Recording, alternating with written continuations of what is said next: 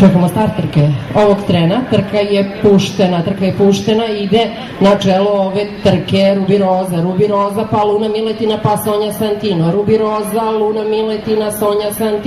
Santino, sada s polja prelazi na čelo trke Sonja Santino, pa Rubi Roza, pa Luna Miletina, i dalje bez promene, ali krenuli su i Luna Miletina i sada postaje zanimljivo 1100 metara trka Alžir, Sonja Santino, Luna Miletina sada na drugoj poziciji, Luna Miletina izlazi na drugu poziciju sa Željkom Ilićem u sedlu, Sonja Santino, Luna Miletina uz barijeru, Rubi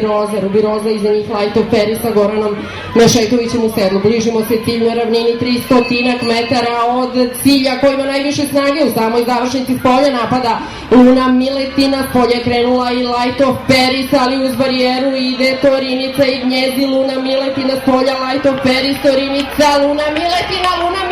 s polja Lajtov Peris, Torinica, Luna Miletina, Lajtov Peris, prolazi prva kroz cilj Lajtov Peris, pa Luna Miletina, pa potom